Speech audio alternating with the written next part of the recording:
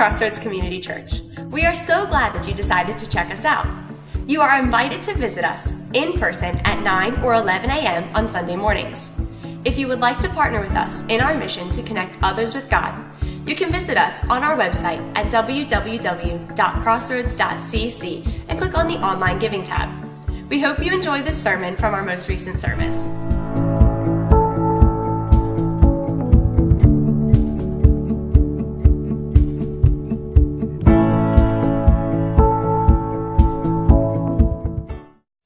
Hello, neighbor. Just glad you're here this morning. We are in the series called The Art of Neighboring, and we're going to jump into that in just a moment. But I just wanted to ask you a question this morning. Has it been one of those weeks for you, or is it just me? Has it been one of those weeks? It's been one of those weeks for us, our family, and just kind of been thinking all week about this moment and being able to be in this place today and to be around my church family. All week I've been thinking, I just can't wait to get to church and be around our church family. So your presence here today is an encouragement to me. I'm so thankful to be your pastor. I don't ever say that as much as I should, but I want you to know that I absolutely love you. I absolutely love this church, and I'm so thankful to be the pastor, that God's allowed me to be the pastor here at Crossroads. I'm so thankful for that. And so I just wanted to maybe share a couple family things with you here in the beginning, and then we'll jump right in. The first one is next weekend on the 17th, in between services, we're going to have a reception for Ruth Ann. Ruth Ann has been on staff at this church probably almost as long as the existence of this church. And so she's retiring, and so we're going to have a nice little reception for her in between services next weekend. So make it a priority to be here for that, and then bring maybe a gift card, or you'll have an opportunity to write a note, or just be able to speak to her and thank her for the time that she's been spending here at Crossroads. So I hope that you'll do that. Also, I want to show you another family thing as well. I didn't tell you this earlier, but there's a slide kind of to the bottom of it. It looks like a schedule. Can you put that up there? This is our, I think that we have, or I believe that we have the best kids ministry on the peninsula. Would you agree? I believe that we have the best kids ministry on the peninsula. Would you agree? All right, awesome. Great. I'm trying to wake you guys up this morning. And so this is actually the schedule for June. You can see the schedule for June. And the thing that I want you to pay attention to the most on this schedule is all of the yellow blanks. Okay, so one of the things that happens at Crossroads is when summertime hits, for some reason, people disappear. And that disappearing happens even in our kids ministry, and we want to continue to be able to reach the kids and do as much as we can for the kids here at Crossroads. And so, if you've ever been thinking like, I've wondered if there's a place for me in kids ministry, the answer to that question is right here in one of those yellow slots, okay? The answer is yes. So maybe maybe it's time for you to start serving in kids ministry, or maybe you're just more available this summer than a lot of other people might be, and you may be able just to kind of fill in some of these spots and help out through the summer. This is just June. I'm sure July will have as many or more yellow spots, but what I'm hoping is that July won't, and that August won't, and that you guys can help us make sure that we can keep our ministry going. This morning, they almost had to turn the preschool room down just because we didn't have anybody at this service to serve in the preschool room. I don't know if they actually did that or not, but they were thinking about having to do that this morning. So just with family, can I just say to family, if you've ever been thinking about serving in kids ministry, now's the time, okay? And the way that you can get signed up for that is there's that same card that Paul talked about, that connection card that's in the seats in front of you. It's a blue card. You can just write on there. There's a place where you can check where I'm ready to start serving, and we can start that process and get you back there and serving with us. Or you can just write a little note on that card and put it in the boxes, and we'll get in touch with you this week and get you set up, okay? Sound good? All right, so that's just a couple family things. Also want to say, just with this series, that it's been so encouraging to see just the response to this series, to know that we've really talked about something here when we talk about loving our neighbors that's not easy to do. It's not easy to to be good neighbors because we're busy, we're afraid, we've got a lot of stuff going on, and we're not quite sure that we can do it. And yet, I'm so thankful to be at a church where you hear something like this. You know, we read the Great Commandment where God tells us to love. Jesus says, love God with all your heart, soul, and mind, and love your neighbor as yourself. And we read that, and I'm so thankful that I'm at a church where you're not just here to be inspired, but you're like, okay, if this is what Jesus says, then I need to do this throughout the week, like 7 days a week. I'm not here just Sunday to kind of appease people or to be inspired by the pastor's message, but I want to know how to live this thing out 7 days a week. And I've been just, as you've shared your stories with me about here's what we're doing with our neighbors. We cut our neighbors' grass. We took some things over to them. We've met our neighbors now. We didn't know their names before. We're throwing a party in our neighborhood tonight. Even the tension of it, just saying, it's really hard for me to love this neighbor. Or this is really messy. This situation's really messy, and this is really difficult for me. And just kind of wrestling with the tension of that. I'm so thankful that you guys are doing that. The foundation verses for this series has been Matthew chapter 22, 34 through 30. It says, hearing that Jesus had silenced the Sadducees, the Pharisees got together. One of them, an expert in the law, tested him with this question, Teacher, which is the greatest commandment in the law? Jesus replied, love the Lord your God with all your heart, with all your soul, and with all your mind. This is the first and greatest commandment. And then he says, and the second is what? Is like it. In other words, he's elevating this second commandment as well. He says, love your neighbor as yourself. And then this statement that says, and the law, all the law and the prophets hang on these two commandments, to love God with all of our heart, soul, and mind, and to love our neighbors as ourselves. These two great pillars of the faith, that we are to love God and love our neighbors. Just a genius plan by Jesus here, just to say, here it is. If you want to know what it is, here it is. Love God and love your neighbor.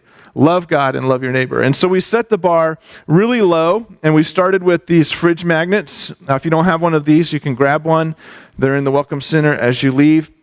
It started really easy, just saying, let's just learn the names of our neighbors. Like, how can we love our neighbors if we don't know their names? And so many of you took these and began to figure out who your neighbors were, and just go over and introduce yourself to them and write their names down on this magnet and keep it, out in front of you so that you can know who your neighbors are. So we set the bar really low, but we believe that if we'll just cross over that bar, we'll just take the step over the bar and start to know who our neighbors are, that God's going to do something incredible and big in your life and in the life of your neighbors. And then we kind of, been raising the bar a little bit week by week to the point that we have many of you that are throwing neighborhood parties tonight in your homes. Some of you are having pool parties, ice cream parties, cookouts, all kinds of different things happening tonight. And these are just opportunities where we open up space to build relationships with our neighbors. And we're going to ask you to, if you do that tonight, if you're doing that tonight or in the next week or in the near future, that you use the hashtag Crossroads Block Parties, okay? So that we can see your pictures. Hashtag Crossroads Block Parties. Got it? Hashtag what? Crossroads with an S, Block Parties, okay? Make sure that you do that so we can know what you're doing. So what prevents us from being good neighbors?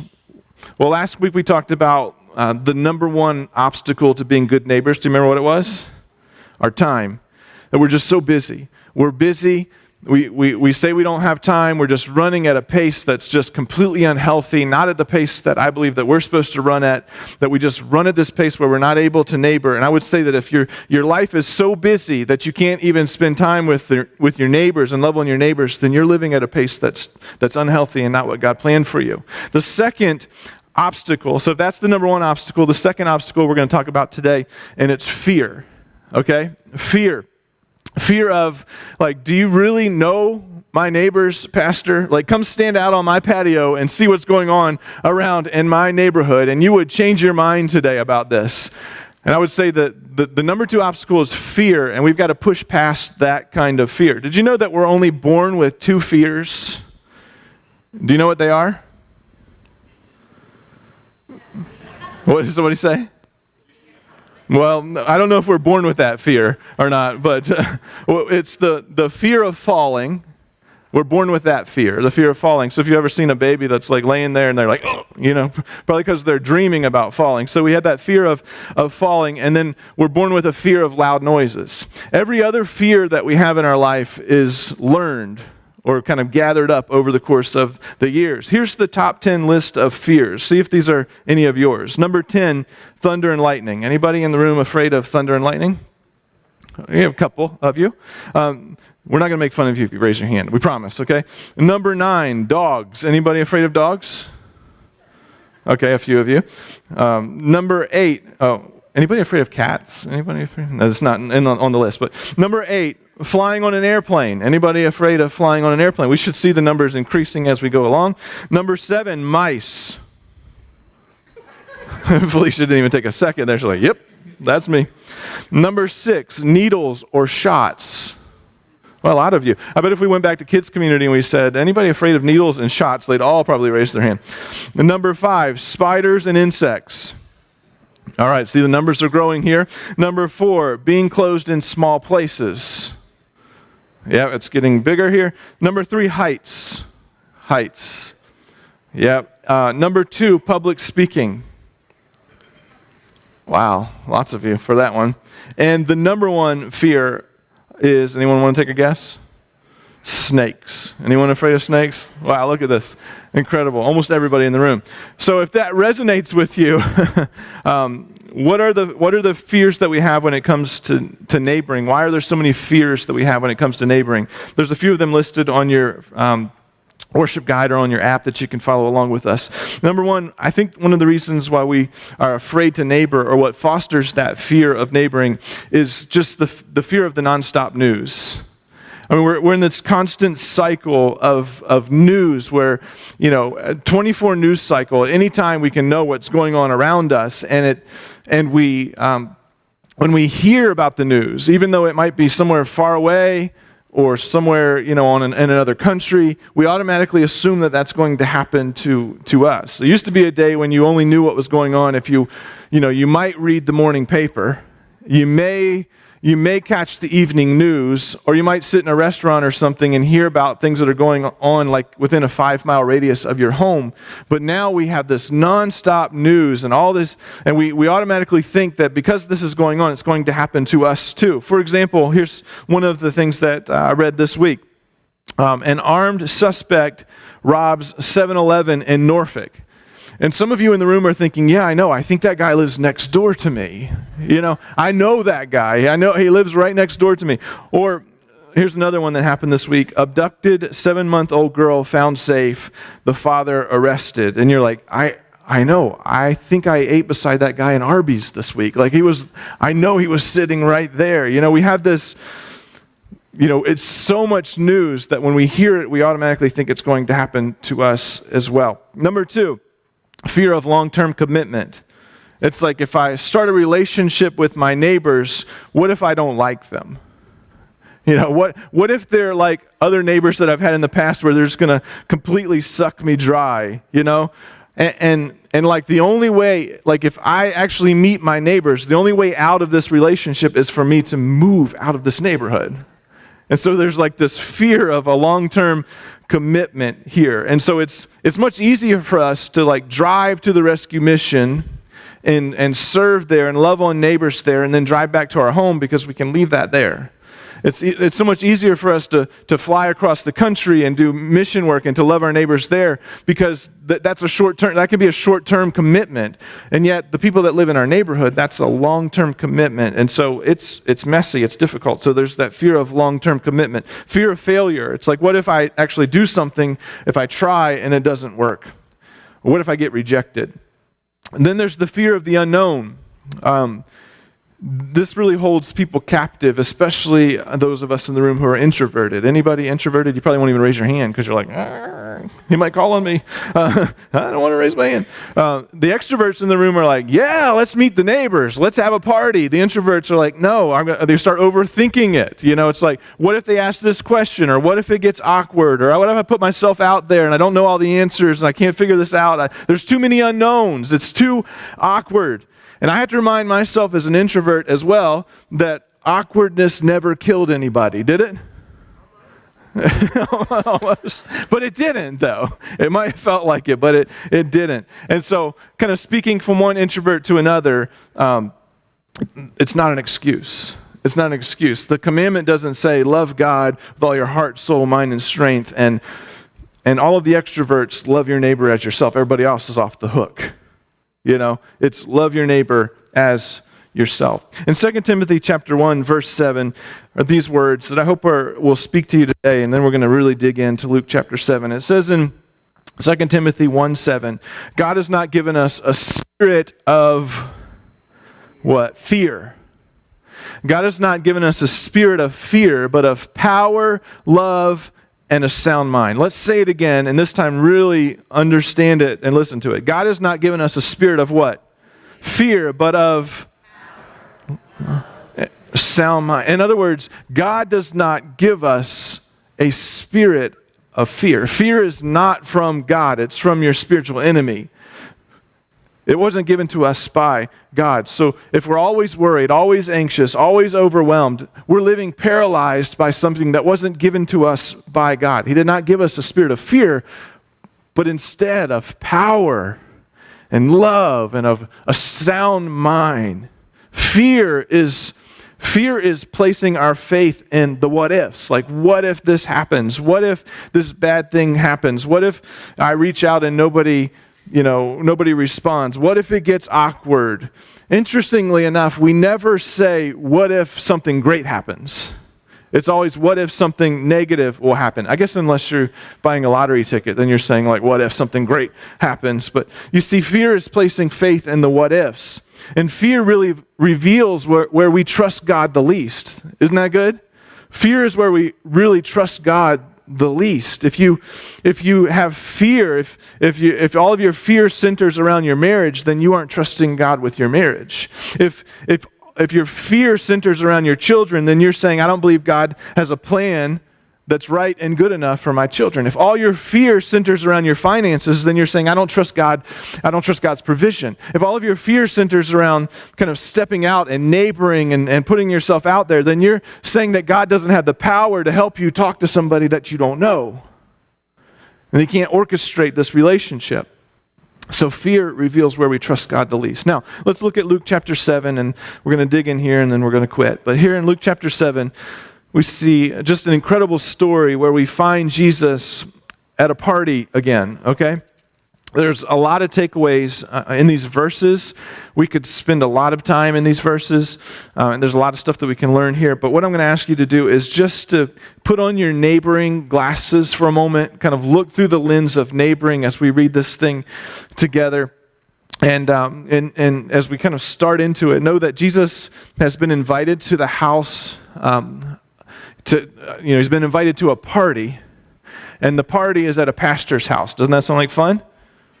It sounds like it's going to be just a huge blast, right? It's going to be a pastor's party. So Jesus has been invited to a pastor's house for a party. Actually, it was a religious leader. And even this religious leader was a little skeptical of Jesus still at this moment.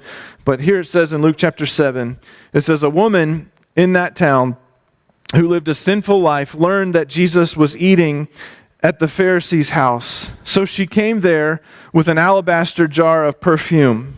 As she stood behind him at his feet weeping, she began to wet his feet with her tears. Then she wiped them with her hair, kissed them, and poured perfume on them. Now, know this about parties or banquets in this time, a little bit different than the way they are now. The parties or the banquets were held in the front yard, in the open area, kind of in the courtyard of the host's home. In other words, people could walk by and see that this party was going on. They could see what was going on. In fact, not only could they see what was going on, it was easy to wander into these kinds of parties. And so Jesus is at this kind of party. They're out in the courtyard. There's people there. People are walking by. He's been invited there by Simon, a religious leader. And we're introduced to this woman in this story who the verses say that she lived a sinful life. Does anybody know what that is code word for? She was a prostitute. This was a woman who was a prostitute. Code word here. She lived a sinful life. A prostitute woman who people knew that she was a prostitute. She was well known in the community. And we can kind of gather from the story that at some point earlier in the week, maybe earlier in the day, she is in the presence of Jesus. She either hears Jesus teach, she sees Jesus do something, and she's completely just overwhelmed by Jesus, just completely struck by him, just cut to the heart, captured her heart. And I don't know if that's ever happened to you in your life. Well, I'll never forget that first moment in my life where I just realized that I was just a complete disaster, and I was just a complete mess, and yet Jesus still loved me. That he still loved me, that he was willing to forgive me, that he was willing to die for the mess of my life and the sin of my life. And I've really been praying all week that as we read through this story in Luke chapter 7, that somebody in the room, that God would just overwhelm you and capture your heart today, that you would see for the first time that no matter where you've been or what you've done or what you're involved in this moment, that you have a Savior who loves you and died for you and is reaching out to you and calling you towards himself in this moment. And this is what's going on in this story. Here's this woman who's a prostitute, and yet, at some point, she's been just overwhelmed by Jesus. And I believe that she walked past this party on purpose, that she walks past the courtyard and she sees Jesus sitting in at the table, and she has this thought, like I think she already had it all planned out, that she was going to show up there and that she was going to actually walk over to Jesus. Like, I could go through this courtyard. It's just a party in a courtyard like so many others. I can walk through the courtyard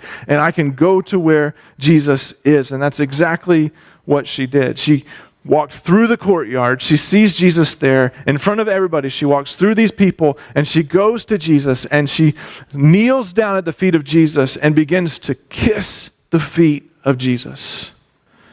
Now, I'm not really a foot person. And you would, if you lived in my home and you smelled the smells of the shoes in our home, you wouldn't be much of a foot person either, okay? To me, they're just like big blobs of flesh, it's just like, ugh, and they're dirty and they're stinky and they track all over everything. And that's Jesus, we'll find out later in the story that Jesus actually is at this party, and it was customary for them to wash their feet before the party, but the host didn't set anything out for them to do that. So Jesus is sitting in this party. His feet are gross and dirty and covered with dirt as they walked along the road. And here he is at this party, and she comes over to him and kneels at his feet and begins to kiss his feet. I mean, if you washed somebody's feet, and that happened a lot then, if you washed somebody's feet, it was like this showing of honor and respect. But if you kissed somebody's feet, it was just pure adoration for that person. And here is this woman just kissing the feet of Jesus. Now, at Crossroads, we've had times where we've washed feet before. I think about those of you who were, at Port not too long ago, and the homeless men and women that were there, and Crossroads people washed their feet and gave them new socks to wear. I think about the ladies that were with us in Nicaragua that washed the feet of the women in Nicaragua. That the feet of the women were never clean, because even as they stood and showered, they were still standing in the mud. Their feet were never cleaned, and yet Crossroads women, washed the feet of those that were there, these dirty, dirty feet. And just kind of put yourself here in the story for a moment. Here's this woman with a rough past, just overwhelmed with the love of Jesus. She sees Jesus and she wanders into this party and she walks through the courtyard. She goes over to the table where Jesus is as he's sitting there alongside Simon the Pharisee. And while everyone's watching, she kneels down and she begins to kiss the feet of Jesus. And then as she's so overwhelmed by Jesus, the tears begin to fall from her face. And the tears from her face fall on the feet of Jesus. And she begins to wash the feet of Jesus with the tears from her eyes. And then she takes her hair. Imagine this. She takes her hair and she begins to wipe and wash off the feet of Jesus with her hair. What a powerful moment. She wouldn't anoint the head of Jesus because she recognized Jesus as a holy man, but yet she focused all of her attention on his feet and just this moment as she pours herself out. And then she takes this alabaster jar that she probably was wearing around her neck. It was ointment or perfume, and she empties the whole thing out, the most valuable thing that she owned. She pours that thing out on the feet of Jesus and wipes and cleans the feet of Jesus with her hair and with her tears.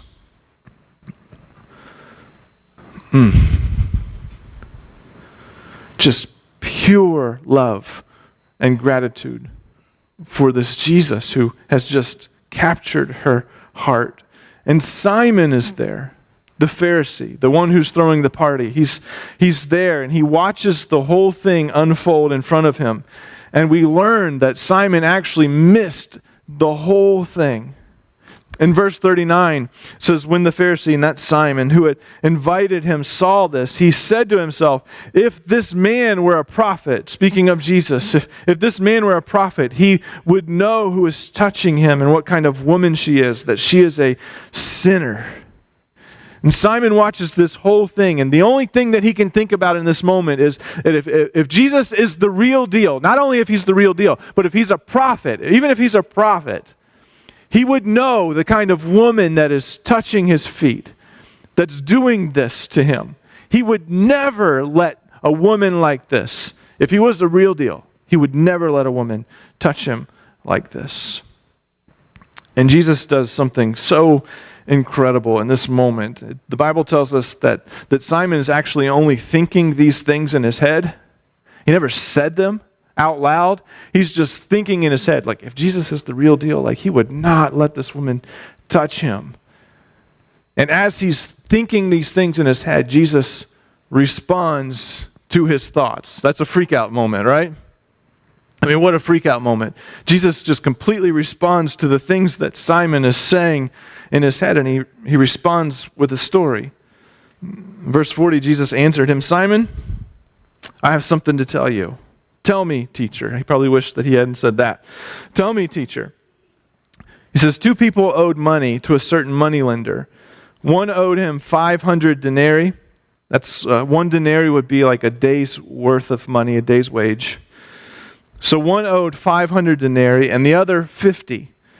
Neither of them had the money to pay him back, so he forgave the debts of both.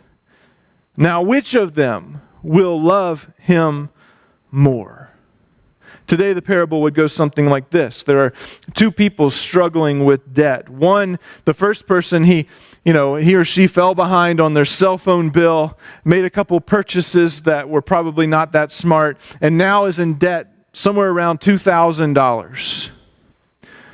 The second person suffered some really difficult times. There were some medical things that happened in their life. They got way behind on the bills and the co-payments and the charges and the co-insurance stuff, and eventually their car loan defaulted, and now their house is being foreclosed. It's been a really long and tough season for them. As everything's added up, it's somewhere around $250,000 that they owe, $250,000 in debt. This person is depressed and hopeless and sees no way out. So one is $2,000, the other is $250,000, and the president of the bank calls both of them individually and says, your debt has been canceled. Simon, you tell me which one of these 2 would have more relief. Simon, you tell me which one of these 2 would have more joy, which one would have more love, which one would have more gratitude. You tell me, Simon, who's going to be changed the most because of the debt being forgiven and canceled? You tell me, Simon. In verse 43, Simon replies, and I love the way, I think this is just hilarious as he replies, I suppose the one who had the bigger debt forgiven. Like, he doesn't even want to answer the question because he knows where Jesus is going with this thing. Like, I suppose the one who had the bigger debt forgiven. You have judged correctly, Jesus said. And here's a woman that had a whole backlog of sin and things that made her feel hopeless and unloved and without a chance of forgiveness at all. And yet Jesus loved her and forgave her and canceled the debt that she owed.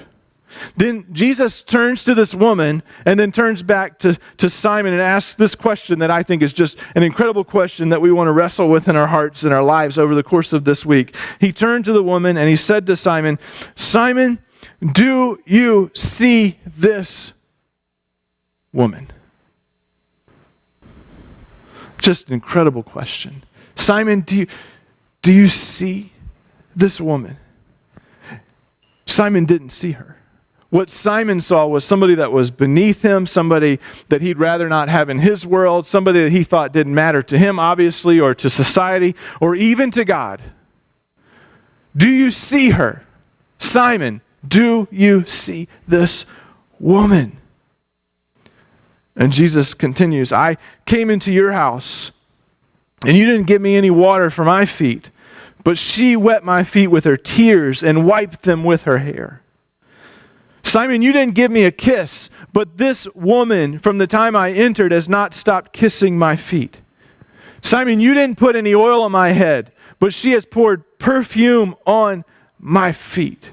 Therefore, I tell you, her many sins have been forgiven, as her great love has shown. But whoever's been forgiven little, loves little." And then Jesus said to her, "Your sins are forgiven." Simon, do you see this woman? Simon, do you see this woman? Can we wrestle with that question for a moment? Do we see this woman? Let's look at it through the lens of our neighborhood. What filter do we see our neighbors? Are we like Simon, where we have this filter where we just completely miss it? We don't see it at all. We drive into our neighborhoods, we get out of our car, we maybe wave at somebody as we pass by, and we camp in our house until the next day, where we get out and we ride out of our neighborhood again and do it over and over and over again. The filter is our own world. The filter is what's going on in our own lives. Too busy, too afraid, whatever the case might be. And I think the main reason why we don't see people is, number one, because we're too busy. And number two, because we're afraid. Like we're afraid to disengage out of fear. And over time, the fear begins to win. And then we just put our head down and we do nothing. Do you see? I believe Jesus is saying to me, he's been saying to me all week, and I'm saying to us today, do you see that woman that lives next to you? Do you see that man? Do you see those kids in the neighborhood? Do you see them? Do you see them? Or, are we looking through the filter of like Simon, where we just don't see them? Or do we really see and find ourselves in these sacred moments around us, seeing like Jesus sees, learning to really see people, to see the hurt that they might have, to see the situations that they may be in, to see just the lives that they live, and be able to say, I'm here and I want to help. I want to neighbor. I want to be a part of your life. Do you really see people, especially our neighbors? And so I think the challenge of these verses for us as we kind of read them through the filter of neighboring is that we not close the door on people because we don't see them. We don't see them because we're busy. We don't see them because we're afraid. That we actually see people. We actually see people, and that we love them the way that Jesus loved them. And so here's kind of the make it practical for this week. Here's what I want to see us do this week. Number one, I want us to answer the question, like, what is the real fear that causes us to not love our neighbors? I asked you to just write it down sometime this week. Journal it. Like, what is the real fear that causes you not to love your neighbors? Maybe it is just to say, you don't know my neighbors, you haven't seen my neighbors, I'm afraid to commit to my neighbors. Like, I like this neighborhood and I want to live here for a long time. Maybe I don't want their kids hanging out with my kids because their kids aren't as good as my kids, or whatever the case might be. Like, what is the reason, the real fear of why you don't love your neighbors? Number two, pray and ask God to help you not close the door on people because of fear. And 3, do something this week for your neighbors that is just completely uncomfortable, okay? Many of you are throwing parties tonight. For some of you, that's really uncomfortable. Maybe like helping them get their trash to the street is uncomfortable, or cutting their grass is uncomfortable. Having a conversation with them is uncomfortable. But do something this week that says, I see you. I really see you. I really see you. And it's uncomfortable for me. You know that in your mind. It's uncomfortable. And for number 4, those of you who are doing parties tonight, make sure you put your photos on social media with the hashtag Crossroads Block Parties, okay? Let's pray together. God, we thank you for just your incredible love for us. I thank you for the words of this text that just works me over today, God, and all week. Just the fact that you love us, that you see us, that when other people don't see us, when the world says that we're too far gone, or that even you wouldn't care about us. God, we know that in this moment, you saw this woman with this horrible past, and yet you forgave her. You captured her heart. You loved her. And God, I pray that we would see people the way that you see them. That we wouldn't write people off, that we wouldn't let fear or time keep us or close doors on people that live next door to us. God, help us not to be people that drive out of our neighborhoods to love on others, God, but to literally love the neighbors that are right next to us first. And I just believe that over the course of this weekend and maybe even in this service, that there's somebody who needs to give their life to Jesus. That just reading this story of Luke chapter 7 of this woman who was a prostitute and just seemed like she was too far gone to be loved, that just even reading that somebody in the room would be just overwhelmed by the love of Jesus Christ for you, that he loves you. And I don't want you to be afraid anymore. I want you to experience this perfect love today. I want you to know the love of Jesus Christ today, the one that died for the consequences of our sin and the mess of our life. He offers to us this forgiveness and this fresh start right here in this moment.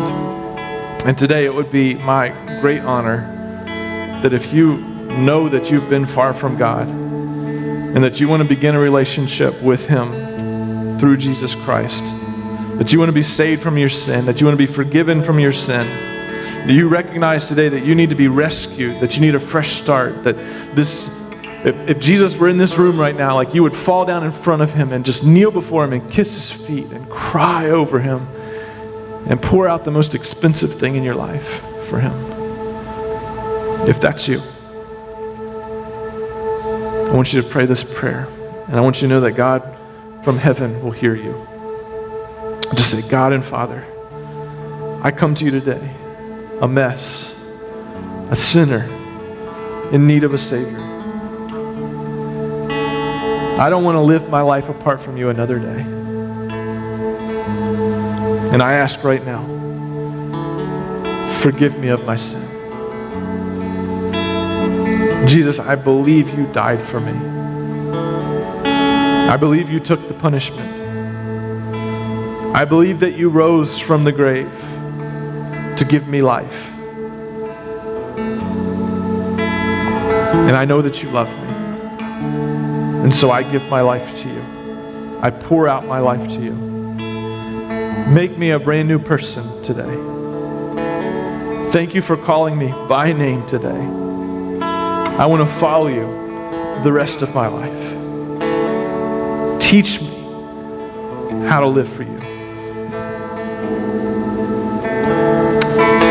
And with eyes closed, if you prayed that prayer with me today, and you are beginning a relationship with Jesus Christ in this moment, or you're coming back to him, you've been far away from him and you're coming back to him today, would you just raise your hand? Just stick your hand up and let us see so we can pray for you. Thank you. Is there anybody else? Thank you. Any others?